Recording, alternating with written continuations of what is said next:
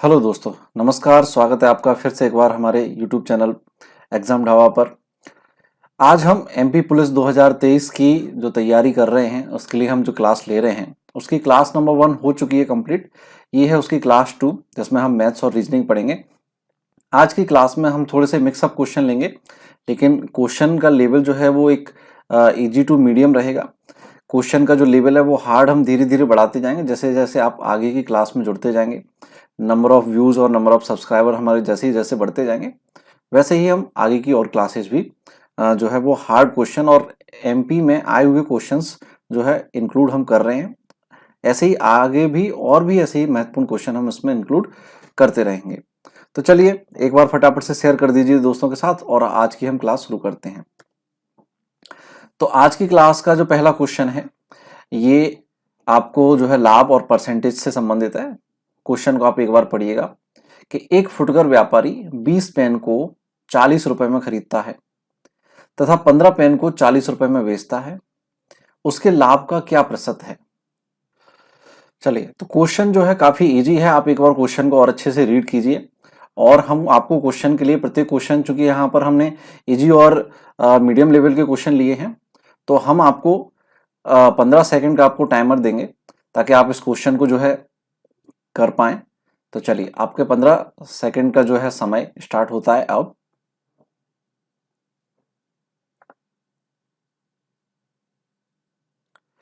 Question को आप ठीक से पढ़िए, ठीक है ना। हमने इंग्लिश और हिंदी दोनों ही लैंग्वेज में क्वेश्चन दे रखा है ताकि इंग्लिश मीडियम के स्टूडेंट को भी दिक्कत ना आए। चलिए, 15 सेकंड का टाइम हालांकि काफी कम होता है, लेकिन इस क्वेश्चन के लिए मोर देन सफिशिएंट था। देखिए कैसे करेंगे इस क्वेश्चन को, हम समझते हैं। देखिए, 20 पेन को वो 40 रुपए में खरीद रहा है, यानी कि क्या कर रहा है, जब 20 पेन को वो 40 रुपए में खरीद रहा है तो मुझे बताइए आप एक पेन कितने रुपए में खरीद रहा होगा? जाहिर सी बात है 2 रुपए में, ठीक है ना। आप 20 का भाग दे सकते हैं 40 में। तो एक पेन की जो क्रय मूल्य है, जो बाइंग प्राइस, जो जिस पे कीमत पे वो खरीद रहा है, बाय कर रहा है, वो 2 रुपए हो गई एक पेन की। अब 15 पेन को 40 रुपए में बेच रहा है, सेल कर रहा है। तो 15 पेन खरीदे कितने में होंगे उसने? जब एक पेन 2 रुपए में, तो 15 पेन 30 रुपए में। 30 रुपए में खरीदे उसने 15 पेन, और वही 15 पेन वो बेच रहा है 40 रुपए में, यानी कि हर 30 रुपए पर वो कितने का प्रॉफिट कमा रहा है? 30 से 40, यानी कि 10 रुपए का प्रॉफिट कमा रहा है। तो 10 रुपए उसका लाभ हो गया। और लाभ प्रतिशत हमको या हानि प्रतिशत निकालनी हो तो हम हमेशा क्रय मूल्य पर कैलकुलेट करते हैं। तो लाभ बटा क्रय मूल्य, और यहाँ पर क्रय मूल्य है 30 रुपए। भाई 30 रुपए में उसने पेन खरीदे थे, तो 10 बटा 30 गुणित 100, चूंकि प्रतिशत निकालना है इसलिए। तो 1/3 यानी कि 3 का आप 100 में भाग देंगे तो 33 सही, 1/3 यानी कि लगभग 33% जो है हमारा यहाँ पर आंसर आ गया है। था ना इजी क्वेश्चन? आपको 15 से 20 सेकंड से ज्यादा टाइम इसमें नहीं लगेगा। चलिए अगला क्वेश्चन देखते हैं। ये क्वेश्चन जो है डेफिनेटली एग्जाम में आया हुआ क्वेश्चन है ना। एमपी पुलिस में ही आया है प्रीवियस ईयर के पेपर में। तो चलिए इस क्वेश्चन को आप एक बार पढ़िए, फिर देखते हैं इसको करने का क्या तरीका बनेगा। तो यहाँ दूसरा क्वेश्चन आपका ये रहा। एक आयताकार मैदान है, रेक्टेंगुलर फील्ड है, तो उसकी जो भुजाओं का अनुपात दे रखा है वो 2:1 है। क्षेत्रफल यानी कि उसका एरिया जो है 162 स्क्वायर मीटर है, और उसके चारों ओर 1 मीटर चौड़ी पगडंडी बनाई जाएगी। ऐसा करने पर भीतर का क्षेत्रफल कितना वर्ग मीटर कम हो जाएगा?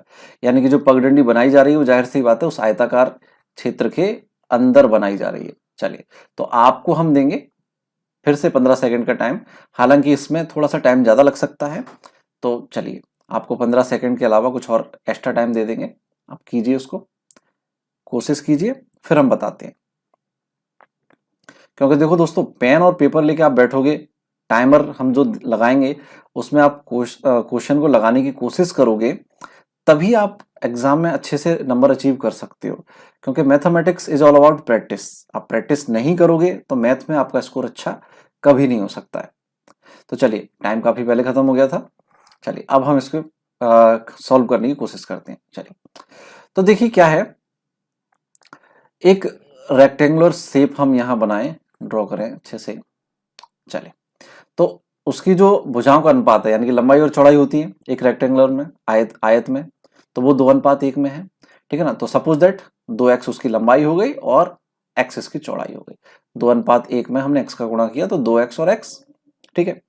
अब 2x लंबाई और चौड़ाई से क्षेत्रफल कैसे निकलता है, लंबाई गुणित चौड़ाई, ये क्षेत्रफल निकलता है। क्षेत्रफल उसने कितना दे रखा है, 162 वर्ग मीटर। तो सिंपल आयत के क्षेत्रफल का सूत्र लगाया है, लंबाई गुणित चौड़ाई बराबर जो उसने क्षेत्रफल दे रखा है 162। यहां इसको सॉल्व करेंगे, 2x² = 162, 2 का भाग लग जाएगा तो 2 8 16, 2 एकम 2 81, x वर्ग बराबर 81, तो x की वैल्यू आ गई 9, x की वैल्यू 9 आ गई, ठीक है ना। तो 2x की कितनी हो जाएगी, 9 दूनी 18, यानी कि लंबाई उसकी 18 मीटर हो गई, चौड़ाई 9 मीटर हो गई। अब अंदर 1 वर्ग मीटर चौड़ाई का उसमें क्या बनाया है, रास्ता बनाया है, तो वो क्षेत्रफल में कितनी की कमी हो रही है वो पूछा है। अब क्षेत्रफल में जाहिर सी बात उतनी कमी हो रही है जितना उसका इस रास्ते का एरिया है, तो आपको केवल इस रास्ते का एरिया निकालना है। चलिए अब इसको हम क्या करते हैं, यहां ऐसे मिला देते हैं जरा, लंबाई के अनुदेश से इसको मिला दिया। तो अब देखिए यहां पर एक आयत ये बना, ये चौड़ाई इसकी कितनी होगी 1 और लंबाई कितनी है 18, तो 1/18 का ये आयत हो गया, इसका एरिया कितना हुआ 18। सेम एज इट इज नीचे है तो इसका एरिया भी 18 हो जाएगा, तो 18 18 36 ये हो गया। और चौड़ाई का देखें यहां से यहां तक ये लंबाई कितनी होगी, चौड़ाई तो एक ही रहेगी इसकी, क्योंकि रास्ते की चौड़ाई 1 मीटर उसने दे रखी है प्रश्न में, क्लियर। तो अब उसकी लंबाई कितनी है, तो टोटल 9 थी, उसमें से एक ऊपर कम कर दीजिए, एक नीचे कम कर दीजिए, तो कितना बचा 7।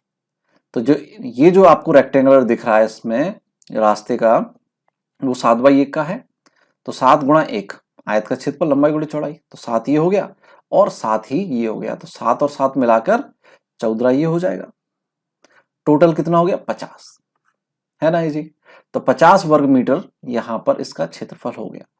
आपको समझ में ना आए, आप वीडियो को रिवाइंड करके पीछे से एक बार फिर से देखिए, बहुत इजी क्वेश्चन है, केवल उसमें कोई फॉर्मूला नहीं लगाए, सिंपल आयत का क्षेत्रफल लंबाई गुणित चौड़ाई, ठीक है ना। तो इस रास्ते का क्षेत्रफल आ गया 50 वर्ग मीटर, तो इतने ही वर्ग मीटर की उस आयताकार मैदान के क्षेत्रफल में कमी हो जाएगी। चलिए अगला है क्वेश्चन नंबर 3, ठीक है ना। चलिए इस क्वेश्चन को पढ़िए एक बार।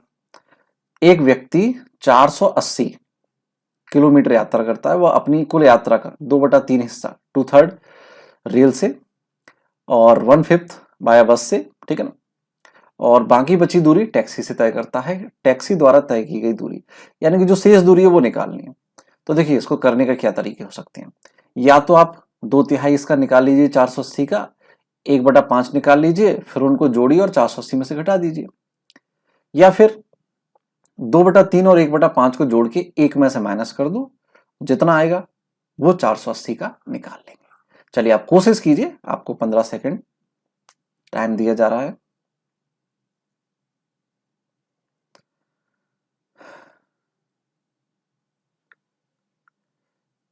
चलिए टाइम होने वाला है, ठीक है, टाइम कम। आप मुझे कमेंट में बताना अगर आपको ये समय कम पड़ता है तो हम समय को और बढ़ा सकते हैं, 20 सेकंड 25 सेकंड जैसा आप कहेंगे।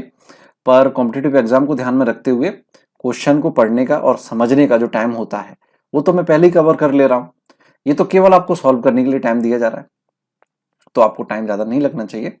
चलिए फिर भी ये हो गया टाइम। अब देखिए 2/3 रेल से और 1/5 बस से, इन दोनों को आप जोड़ दीजिए और 1 में से माइनस कर दीजिए। अब कैसे करेंगे, देखो इसका बहुत इजी तरीका है। यहाँ 3 और 5 अगर आप एलसीएम निकालोगे 15 आएगा, क्योंकि 3 और 5 में कुछ भी कॉमन नहीं है। जब उभयनिष्ठ या कॉमन संख्या नहीं होती है तो सीधा उनका मल्टीप्लाई ही एलसीएम आता है, तो 15 एलसीएम आ गया, है ना।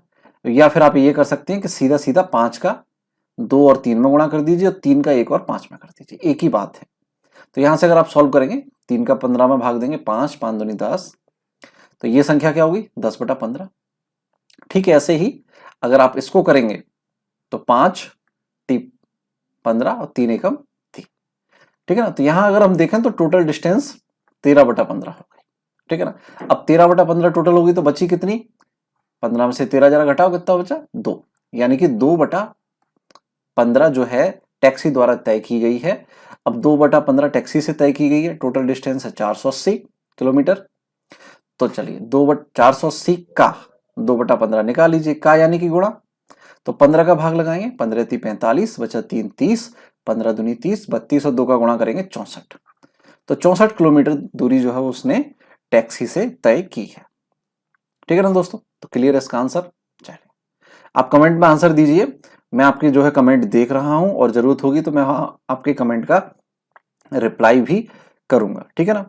तो चलिए आप कमेंट करते रहिए, आपको जो टाइम दिया जाता है उसमें सॉल्व कीजिए। अगला क्वेश्चन है आपके पास, चलिए मे बी क्वेश्चन नंबर 4 शायद, ठीक है ना। चलिए अब देखिए, बहुत सी इजी क्वेश्चन है। निम्न में से कौन सी भिन्न 2/3 से छोटी नहीं है? तो नहीं पता करना है, यानी कि बाकी के 3 ऑप्शन 2/3 से छोटे होंगे, कोई एक जो होगा वो 2/3 के बराबर या उससे बड़ा होगा, वही हमारा आंसर है। चलिए योर टाइम स्टार्ट नाउ। चलिए कीजिए, यहां पर 10 सेकंड शेष हैं, केवल तुलना करनी है भिन्नों की यहां पर, और कुछ नहीं है।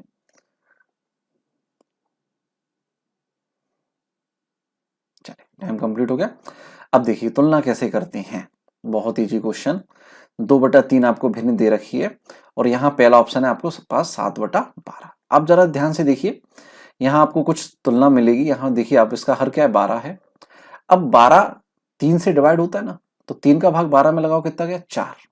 यानी कि हर इसका 4 गुना है, तो अंश में भी आप 4 का गुणा कर दीजिए। यानी कि आप अंश और हर में जब 4 का गुणा करेंगे तो आप देखेंगे क्या आता है, 8/12 आता है, ठीक है ना। तो हर तो बराबर हो गया, लेकिन अब अंश क्या है, इधर 7 है इधर 8 है। जब हर बराबर हो, समान हो, तो आप अंशों की तुलना कर सकते हैं। बड़े अंश वाली भिन्न बड़ी और छोटे अंश वाली भिन्न छोटी होती है। तो 7/12 यहां पर 8/12 से छोटा है, यानी कि 2/3 से भी छोटा है, क्योंकि 8/12 और 2/3 तो सेम है, ठीक है। चलिए अब ऐसे इसकी तुलना कर लो। 18 देखो तो 3 छक 18, 3 का भाग लगाइए 18 में तो कितनी बार गया, 6 गया, यानी कि 6 गुना है। तो 2 में भी 6 का गुणा कर दीजिए, तो छंकी 12। यहाँ 12 होना चाहिए, लेकिन ये क्या 11 है, यानी कि छोटी हो गई। ऐसे ही अब देखो 3 का भाग 15 में लगाओ 5 बार, 5 गुना हो रही है, तो 2 में 5 का गुणा करो 10 आएगा, यानी कि यहाँ 9 है, तो ये भी छोटी है। और यहाँ देखो अब 3 का भाग, ठीक है ना। अब जब 3 अगर कैंसिल हो गए तो चौथा ही अपना आंसर है। चेक करने को आप कर सकते हो कि 3 का भाग 24 में लगाए 8 बार गया, यानी कि 8 गुना हो रहा है हर, तो अंश को भी 8 गुना कर दीजिए। 2 में 8 का गुणा करेंगे 16, ठीक है ना। 16 आ रहा है, लेकिन यहाँ क्या है, 17 है, यानी कि ये बड़ी हो गई। तो 2/3 से ये छोटी तो बिल्कुल नहीं है, बड़ी है, ठीक है ना। तो अपना आंसर क्या हो गया, यहाँ पर करेक्ट आंसर है अपना डी ऑप्शन। क्लियर। चलिए अगला क्वेश्चन। अगला क्वेश्चन देखो दोस्तों, अगर 15 औरतें मिलकर 1 एकड़ को, देखो यहां पर क्या है, व्यक्ति दिए हैं, 15 औरतें हैं, 1 एकड़ 2 दिन में बो सकती हैं। तो यहां पर टाइम दिया है 2 दिन का, समय दिया है, कार्य दिया है और व्यक्ति दिए हैं। तो 3 एकड़ को 1 दिन में बोने हेतु कितनी औरतों की जरूरत पड़ेगी? ये इस प्रकार के सवालों को सॉरी इस प्रकार के सवालों को करने का बहुत इजी तरीका है हमारे पास। एक बार आप प्रयास कीजिए, फिर मैं वो ट्रिक आपको, शॉर्ट ट्रिक बताता हूं।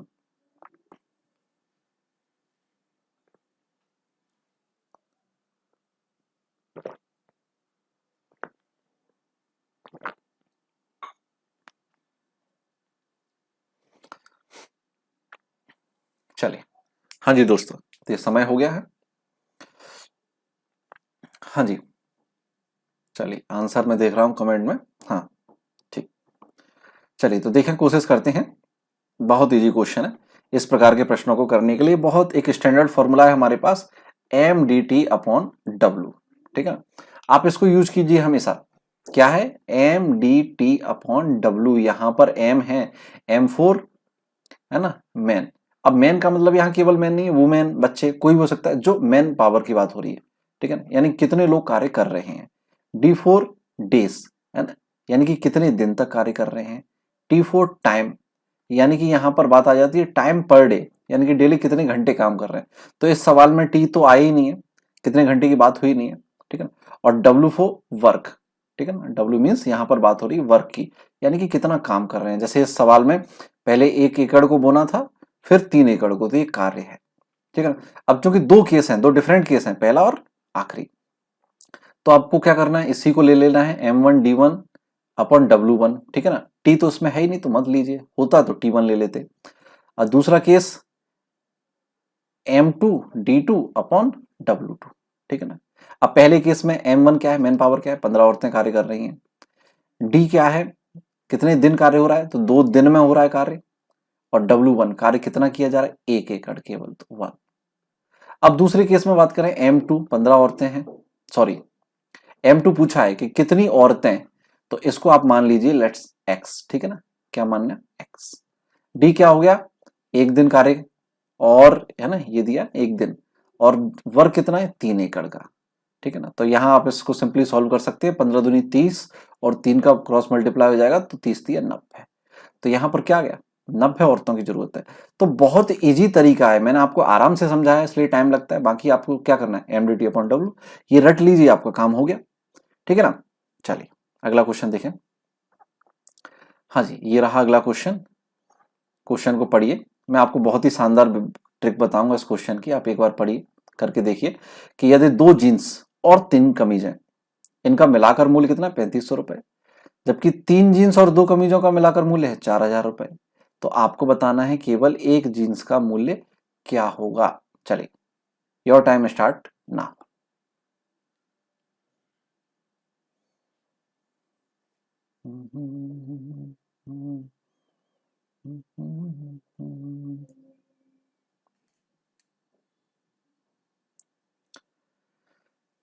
हाँ जी दोस्तों, टाइम हो गया है। अच्छा, चलिए कुछ सेकंड एक्स्ट्रा देते हैं आपको इस क्वेश्चन में, क्योंकि कुछ बच्चे जो रेखिक समीकरण हैं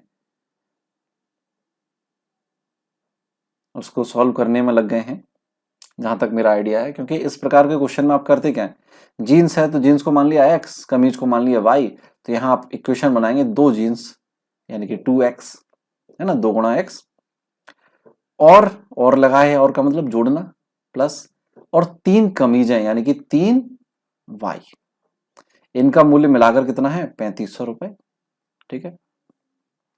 जबकि 3 जीन्स तो 3x, जीन्स को आपने x माना, तथा या और एक ही बात है, प्लस है तो प्लस लगाएंगे, 2 कमीजें हैं तो 2y, बराबर मूल्य कितना हो गया, मिलाकर 4000 रुपए हो गया। एक जीन्स का मूल्य निकालना है, यानी कि आपको x की वैल्यू निकालनी है। अब देखिए, आप कर तो सकते हो इनको किस प्रकार से, कि भैया x बराबर कर लो, चूंकि x निकालना है तो आप y बराबर कर सकते हैं, कि इक्वेशन 1 में आप कर देंगे कितने का, 2 का मल्टीप्लाई, और इक्वेशन 2 में कर देंगे आप 3 का मल्टीप्लाई, तो 3 दूनी 6 करके y बराबर हो जाएगा, और जब हम घटाएंगे तो x की वैल्यू निकल आएगी, जीन्स की कीमत निकल आएगी, ठीक है।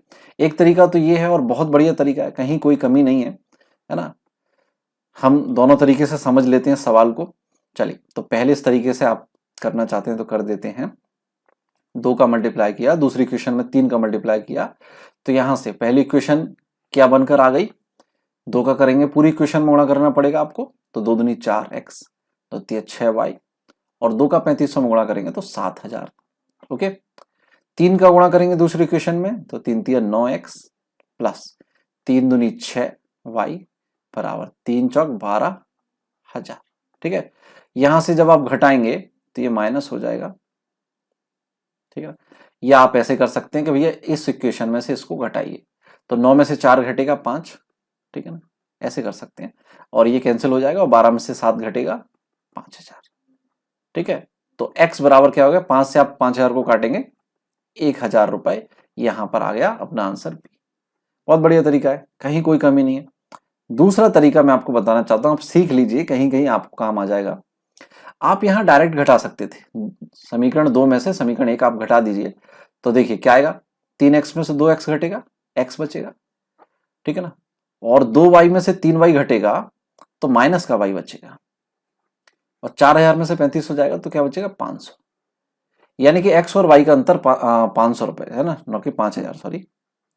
तो 500 रुपए दोनों का अंतर आ गया, यानी कि जीन्स और कमीज की कीमत का अंतर क्या है, 500 रुपए, यानी कि जीन्स 500 महंगा है, कमीज 500 रुपए सस्ती है।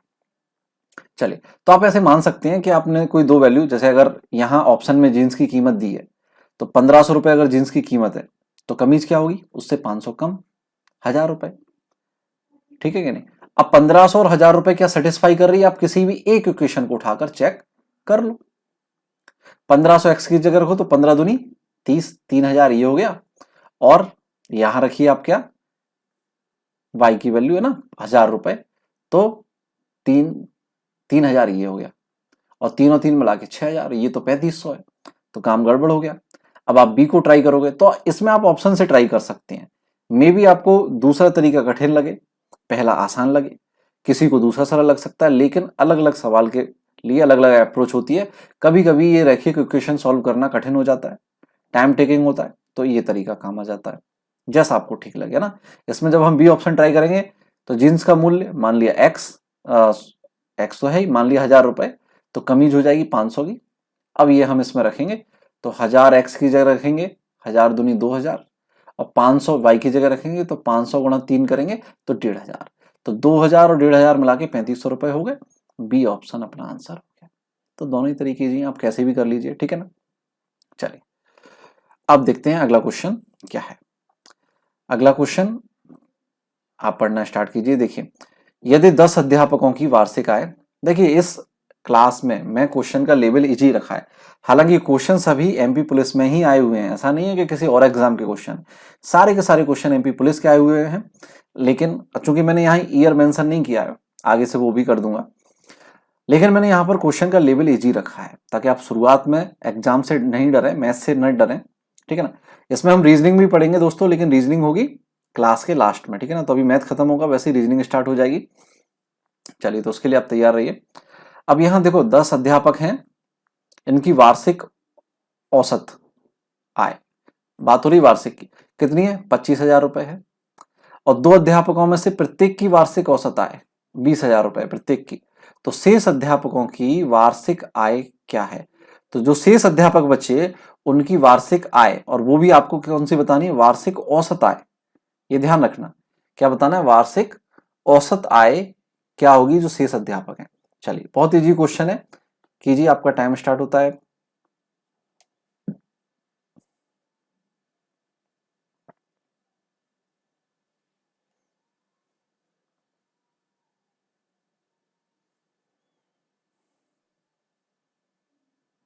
चलिए, हाँ जी, टाइम हो गया है, करते हैं हम इस क्वेश्चन को। देखिए दोस्तों क्या है, जो कर रहे हैं, चलिए थोड़ा सा टाइम और दे देते हैं, कर लीजिए आप, बेसिक कैलकुलेशन है, बाकी कुछ नहीं।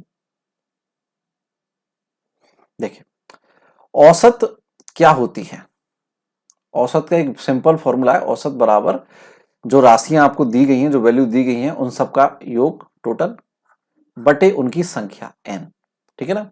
क्या है, तो यहां से औसत निकल के आता है। अब इस प्रश्न में आपको n की वैल्यू यानी कि संख्या दी गई है और औसत भी दिए गए हैं, तो योग आप निकाल सकते हैं इससे। योग कैसे निकलेगा, योग बराबर क्या बनेगा, क्रॉस मल्टीप्लाई कीजिए, औसत गुणित संख्या, औसत गुणित संख्या, ठीक है ना। तो यहां पर आपको क्या दिया है, 10 अध्यापकों की औसत वार्षिक आय 25,000 दी है, तो औसत गुणित संख्या आप करें तो क्या आ जाएगा, योग 2,50,000, ठीक है ना। कितना आ गया, 2,50,000। ये 10 अध्यापकों की वार्षिक आय हो गई टोटल, औसत दिया था, संख्या दी थी, हमने टोटल निकाल लिया। अब 2 अध्यापकों में से प्रत्येक की वार्षिक आय 20,000 है, तो यहां पर क्या होगा,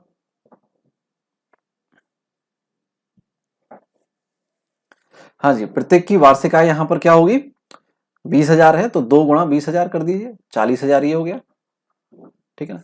अब 2,50,000 में से आप 40,000 घटाएंगे तो क्या बचा, 2,10,000 बचा, ठीक है। तो ये कितने अध्यापकों की, भाई 10 में से 2 की तो आपने घटा दी ना, तो ये 8 की बची, 8 लोगों की आय बची, कितनी वार्षिक आय बची, टोटल वार्षिक आय। अब यहां पर आपको औसत निकालना है, जैसा कि मैंने आपको पहले बताया, तो क्या करेंगे, इसमें 8 का भाग लगा दीजिए, 2,10,000 में आपका आंसर आ जाएगा। चलिए करते हैं, 8 का भाग लगाएंगे पहले 21 में, तो 8 दूनी 16, बचेगा कितना 5, जीरो मिलाएंगे 50, 8 छंग 48। चलिए, तो यहां से 26,000, आगे करने की जरूरत नहीं है, आपको आंसर मिल गया, करना चाहे पूरा कर सकते हैं। 8 छंग 48, 2 बचेगा, जीरो मिलाएंगे 20 हो गया, 8 दूनी 16, बचेगा 4, फिर जीरो मिलाएंगे 40 हो गया, 8 5 40 और एक जीरो बचा, तो 26,250, ठीक है ना। हमको फटाफट करना है, तो अपने दिमाग को तेज रखिए। जैसे ही यहां पर 6 आया तो मैंने ऑप्शन पर, मेरी नजर थी कि 2 के बाद 6 किसी ऑप्शन में नहीं था, एक ही ऑप्शन था जिसमें 6 था, तो बात बात खत्म, यही अपना पहला जो है अपना आंसर हो गया, ठीक है ना। चलिए अगले क्वेश्चन पर बढ़े। अगला क्वेश्चन है 5 संख्याओं का औसत 10 है, कौन सी संख्या जोड़ी जाए कि औसत 12 हो जाए। बहुत बहुत इजी क्वेश्चन है। औसत का क्वेश्चन हमने अभी किया है, तो आपको इस बार तो इसमें कोई दिक्कत नहीं होनी चाहिए। चलिए आपका टाइम स्टार्ट होता है अब।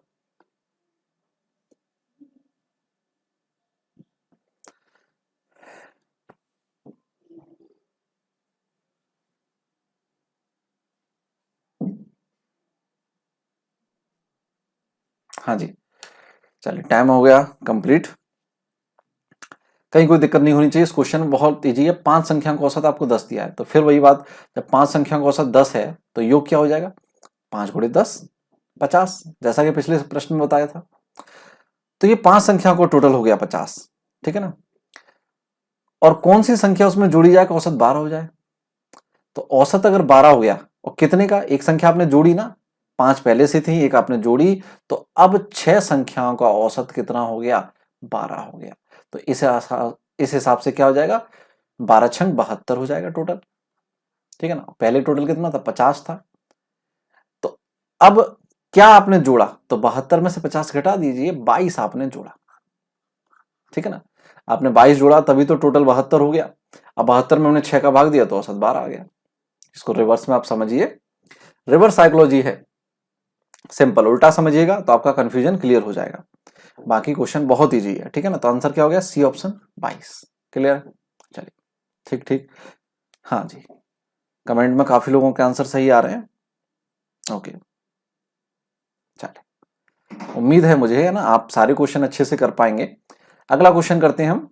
यदि 10 व्यक्ति 9 घंटे रोज काम करके, देखिए ये वैसा ही क्वेश्चन आ गया, हमने इससे पहले क्वेश्चन किया था एमडीटी अपॉन डब्ल्यू, ये उसी से होगा। एक बार क्वेश्चन पढ़ लीजिए फिर सब कीजिए उसको।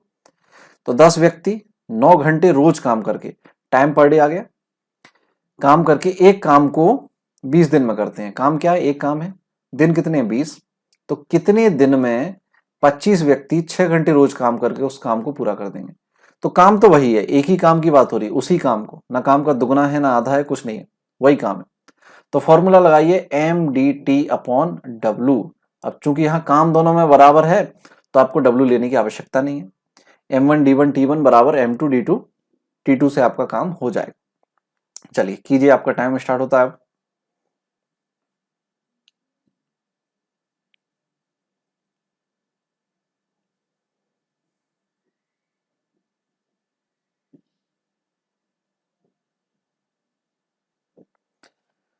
चलिए, तो केवल कैलकुलेशन करनी थी, सवाल मैंने आपको समझा दिया था, तो उम्मीद है आंसर आपके आ गए होंगे। ठीक ठीक, चलिए। हाँ जी, हाँ जी, आंसर आपका जो है बिल्कुल सही।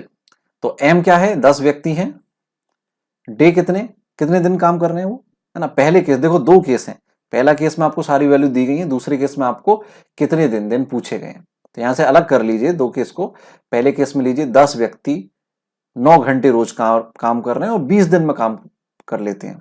तो M1 की जगह 10 आ गया, है ना। डी डी की जगह क्या आ गया, 20 दिन काम करते हैं और प्रतिदिन 9 घंटे काम करते हैं, तो टाइम की जगह आ गया 9, बराबर है। बटे में आप W1 एक लिख सकते हैं कार्य को, लेकिन एक लिखने का मतलब ही नहीं बनता। अब दूसरे केस में देखते हैं कितने दिन कार्य करके, तो हमने मान लिया, देखो मान क्या, व्यक्ति दिए हैं 25, तो एम की जगह आ गया 25 व्यक्ति काम करते हैं। दिन निकालने हैं तो डी की वैल्यू आपको निकालनी है। टाइम 6 घंटे रोज कर रहा है, तो 6 लिख दिया टी की जगह, हो गया सिंपल। आप इसको सॉल्व कर लीजिए। चलिए अब देखिए सॉल्व करते हैं। 5 से आप इसको काट सकते हैं, 5 चौक 20, 5 25, ठीक है ना। 4 और 9 का गुणा करेंगे तो 36 आता है, और 36 को 6 से काटेंगे तो 6 आ जाएगा, ठीक है ना। और 5 से 10 को काटेंगे 2 आ जाएगा, तो 6 और 2 का गुणा करेंगे 12, यानी कि डी की वैल्यू आ गई 12 दिन। तो कितना इजी क्वेश्चन है, इसमें आपको 10 से 15 सेकंड ही लगेंगे, इससे ज्यादा टाइम कभी लग ही नहीं सकता, ठीक है ना। तो बहुत इजी क्वेश्चन है ये, इसकी रामबाण औषधि है, शानदार शॉर्ट ट्रिक है, आप इसको नोट कर लीजिए।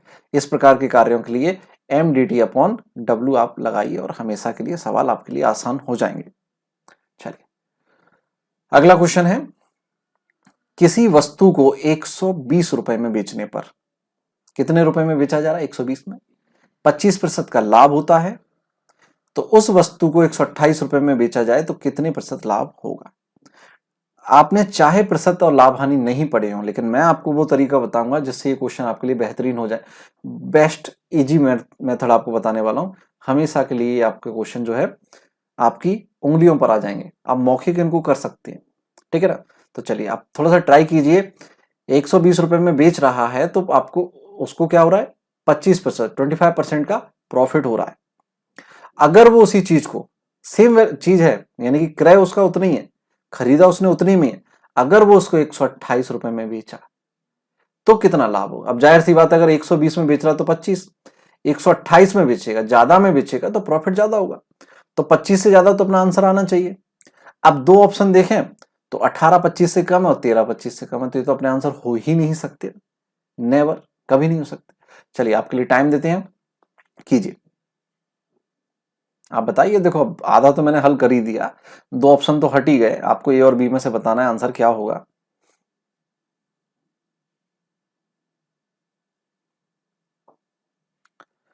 हाँ जी, देखिए समझने वाली बात है, हमेशा कोई भी वैल्यू की जो क्रय मूल्य है, जो क्रय मूल्य है वो आप हमेशा 100% मानकर चलिए, मानकर क्या चलिए, होता ही है क्रय मूल्य। यानी कि जो वैल्यू जिसमें क्रय किया है हम उस पर देखते हैं कि लाभ हुआ है हानि हुई है।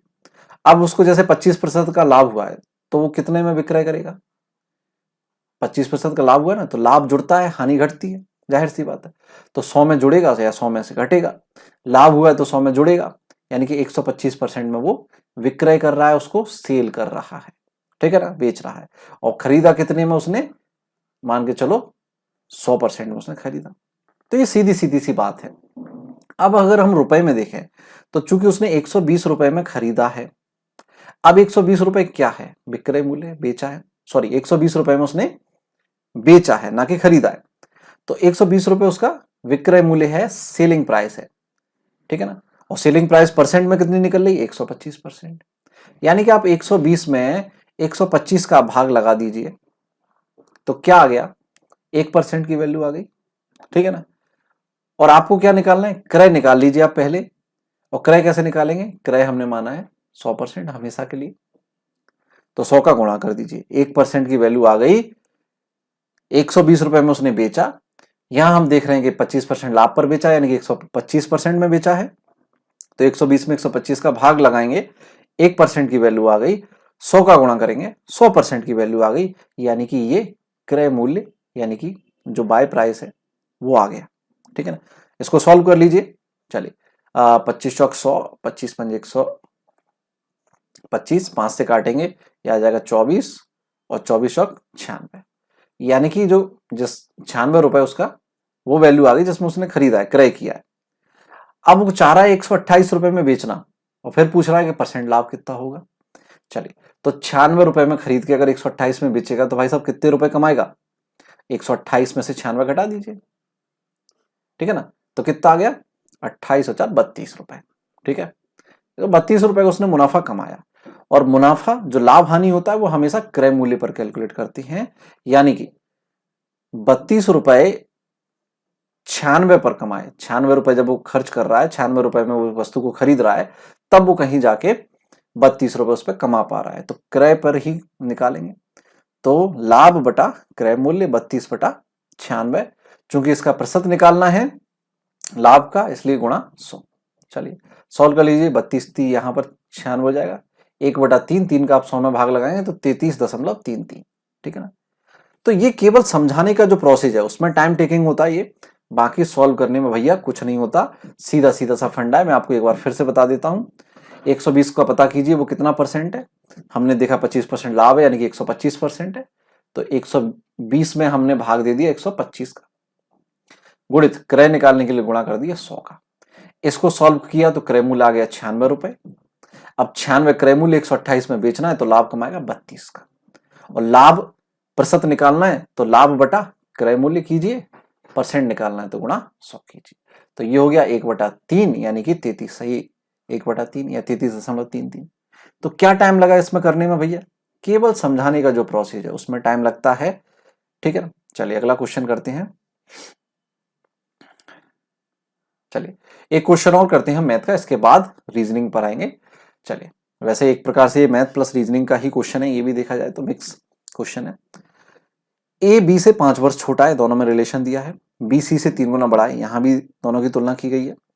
यदि सी 4 वर्ष पूर्व 10 साल का था तो ए की आयु 6 वर्ष बाद क्या हो। चलिए कीजिए, आपको टाइम देते हैं, फिर आपको उसको 2 तरीके इसको करने के हम बताएंगे।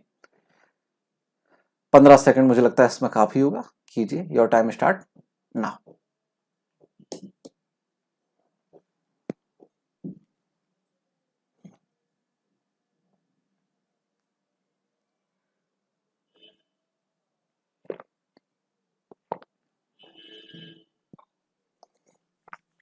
हाँ जी, चलिए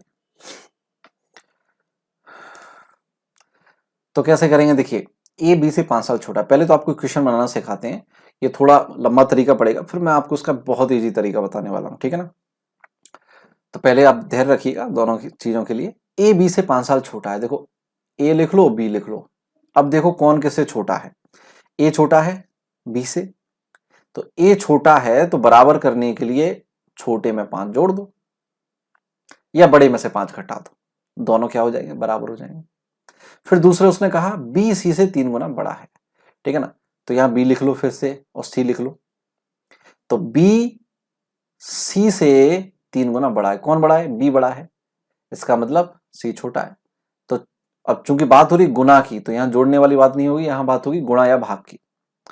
तो बी अगर बड़ा है तो बराबर करने के लिए सी को 3 से गुणा कर दीजिए, दोनों बराबर हो जाएंगे, यानी कि बी बराबर 3 सी या 3 सी बराबर बी। ये दो इक्वेशन तैयार हो गई। अब आगे वो कह रहा है यदि सी 4 वर्ष पूर्व 10 साल का था, तो यार 4 साल पहले अगर 10 का था, सोचना 4 साल पहले अगर कोई 10 साल का था तो अब कितने का होगा, 14 वर्ष का। सिंपल है, तो सी का तो यहां डायरेक्ट निकल आया 14 वर्ष। पूछा किसका है, ए का पूछा है 6 वर्ष बाद, तो पहले वर्तमान निकाल लो। तो सी अगर वर्तमान में सी कितने का है, 14 साल का है कि नहीं है, तो सी की वैल्यू इसमें रखो 14, तो 14 गुणा 3 करेंगे, 14 3 42, तो 42 वर्ष आ गया क्या, बी का मान। भाई बी बराबर में तो है, तो अगर ये 42 आ गया तो ये भी 42, तो बी बराबर 42 आ गया। अब यहां 42 अगर बी बराबर रखेंगे तो इस इक्वेशन से 5 इधर प्लस का उधर जाके माइनस हो जाएगा, तो ए बराबर 42 माइनस 5 37 आ गया। क्या आ गया, ये वर्तमान आया। उसने पूछा 6 वर्ष बाद का, तो +6 कर दीजिए, आपका आंसर आ गया। तो 37 और 6 43 वर्ष, ठीक है ना। तो एक तरीका ये हो गया। दूसरा तरीका, अगर आप क्वेश्चन को पहले पूरा पढ़ते हैं तो आपके लिए चीजें इजी होती हैं। दूसरा तरीका क्या है, यहां से सी का हम निकाल पा रहे हैं ना डायरेक्ट, कि सी 4 वर्ष पूर्व 10 का था, तो वर्तमान में 14 का हो गया। तो अब सी को उठा के रखते जाओ, सिंपल। इक्वेशन नहीं बनानी है, केवल आप क्वेश्चन में रखते जाओ कि सी का 14 आ गया, तो बी सी से 3 गुना बड़ा है, तो अगर सी का 14 तो बी 3 गुना कर दो, कितना हो गया, 42। अब ए बी से 5 साल छोटा है, तो 42 से 5 साल छोटा, ठीक है ना, कितना आ जाएगा, 37 आ जाएगा, ठीक है ना। अब 37 अब 6 साल बाद का पूछा है, तो 6 जोड़ दो, 43 वर्ष। तो एक इजी प्रोसेस है, आप दोनों ही तरीके से कर सकते हैं, जैसा आपको ठीक लगे, ठीक है ना। चलिए इसके बाद अब रीजनिंग के क्वेश्चंस करते हैं। तो देखो दोस्तों के साथ शेयर करो यार वीडियो को, और लाइक जरूर करें, ठीक है ना। और साथ ही साथ पेन पेपर लेके बैठिए, कमेंट कीजिए, दोस्तों को बताइए शेयर करके कि मैथ प्लस रीजनिंग दोनों होते हैं, क्योंकि एमपी पुलिस में रीजनिंग का पार्ट ज्यादा आता है बजाय मैथ के, ठीक है ना। दोनों इंपॉर्टेंट है, मैथ भी आएगा रीजनिंग भी आएगा, तो ये इसलिए दोनों की तैयारी बहुत जरूरी है, ठीक है ना। चलिए यहाँ पर हमने रीजनिंग के वेरियस क्वेश्चन लिए हैं और इंपॉर्टेंट क्वेश्चन है, एमपी पुलिस में आए हुए क्वेश्चन है, ये ध्यान रखिएगा। चलिए तो ये बात करें अगर हम इस क्वेश्चन की, कि एक पुरुष ने एक महिला का परिचय करते हुए कहा कि इसकी मां मेरी सास की इकलौती पुत्री है, तो उस पुरुष का महिला से क्या संबंध है, पुत्र, भाई, पति या पिता। चलिए ब्लड रिलेशन का जो रिलेशन वाले क्वेश्चन होते हैं, ये वही क्वेश्चन है। कीजिए, 15 सेकंड का आपको टाइम यहां पर फिर से दिया जा रहा है।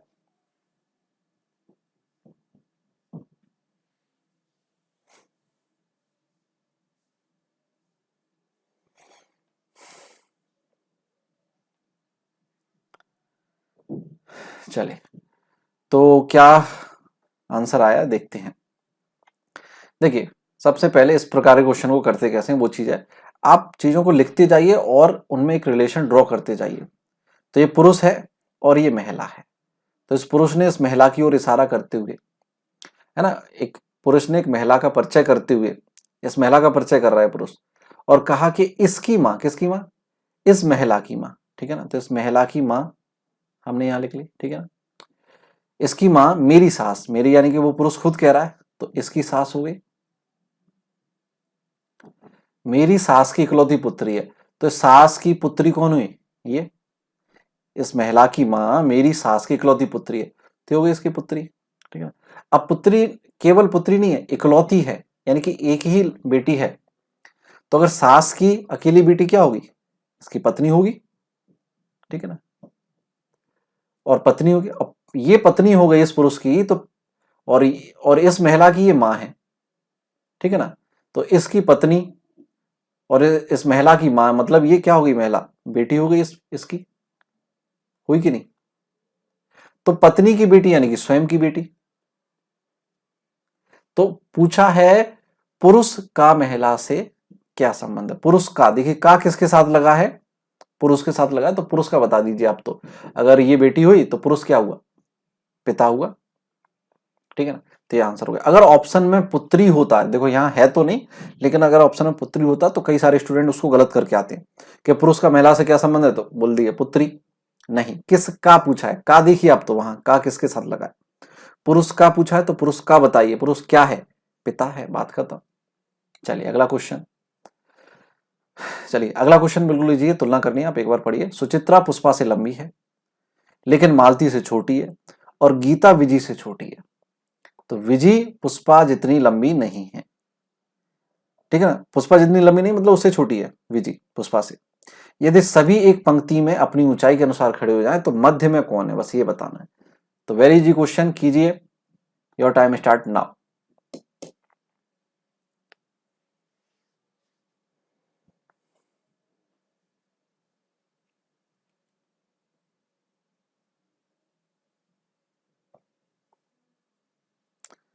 हाँ जी दोस्तों, तो देखिए कैसे करेंगे, सब में एक रिलेशन बनाइए। देखो हम शॉर्ट में दर्शाएंगे, सुचित्रा को ऐसे दर्शाते हैं, सुचित्रा पुष्पा से लंबी है, तो एस लंबी हुई किससे, पुष्पा से, पी से।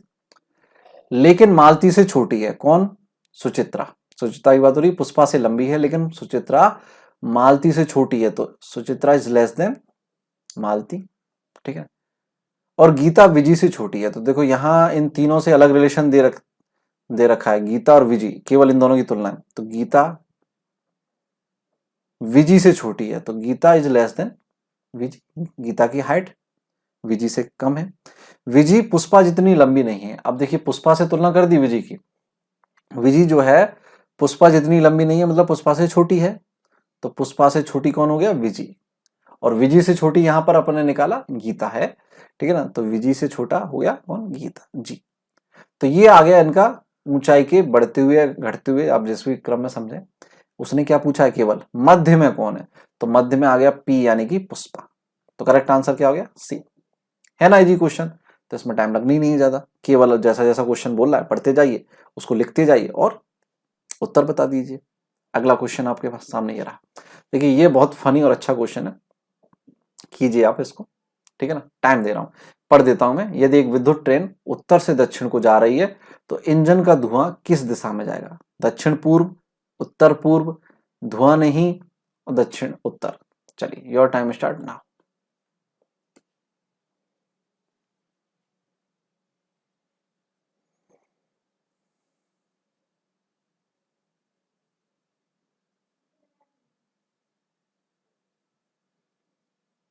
चलिए टाइम हो गया। देखिए बहुत इजी क्वेश्चन है यार, ट्रेन कैसी है, विद्युत ट्रेन है, इलेक्ट्रिसिटी से चलने वाली ट्रेन है, कंप्लीट इलेक्ट्रिक ट्रेन है ये, विद्युत। तो कोयले वाली ट्रेन देती है ना धुआं, तो या डीजल इंजन होगा वो धुआं देगा, विद्युत ट्रेन थोड़ी ना धुआं देगी। तो आंसर हो जाएगा यहाँ पर सी, ठीक है ना। अगर आप दिशाओं के बारे में सोचने लग गए कि भाई किधर नॉर्थ किधर साउथ, तो कहीं नहीं। तो हाँ ऐसे क्वेश्चन रीजनिंग में आ जाते हैं, बल्कि आया हुआ क्वेश्चन है, ठीक है। ये केवल प्रेजेंस ऑफ माइंड चेक करने के लिए होते हैं इस प्रकार के क्वेश्चन, बाकी दिशाएं निकालना सभी स्टूडेंट को लगभग आता ही है। तो ये तो क्या है, केवल आपका प्रेजेंट माइंड देख रहे थे कि क्या है। चलिए अगला क्वेश्चन है, निम्नलिखित में से कौन दूसरों से भिन्न है, 13, 23, 41, 63। एक जो भिन्न है, एक ऑप्शन जो इसमें है वो दूसरों से अलग है, डिफरेंट है, किसी भी कारण से हो सकता है वो, चलिए बताइए।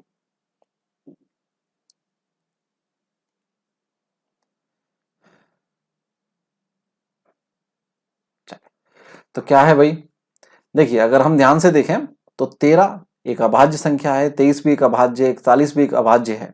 अभाज्य यानी कि वे संख्या जिनमें किसी और का भाग नहीं जाता है, ठीक है ना। तो एक और स्वयं के अलावा, तो 13 में 13 का जाएगा और 1 का जाएगा, इसके अलावा किसी और का जा रहा है नहीं, तो 13 अभाज्य।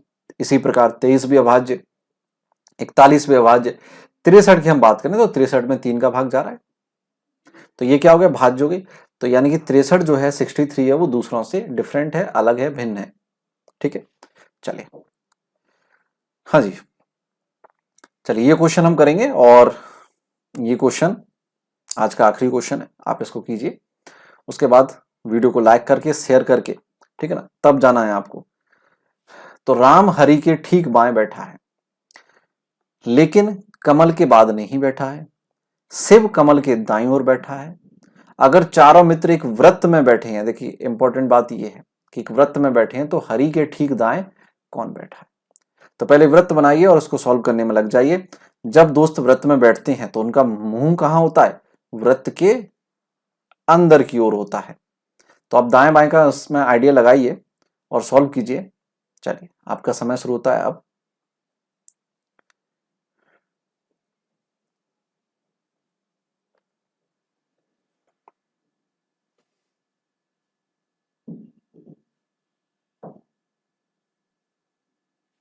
हाँ जी, तो देखिए जब अगर चार दोस्त वृत्त में बैठे हैं तो सिंपल सी बात है, मुंह यहां पर अंदर की ओर होगा।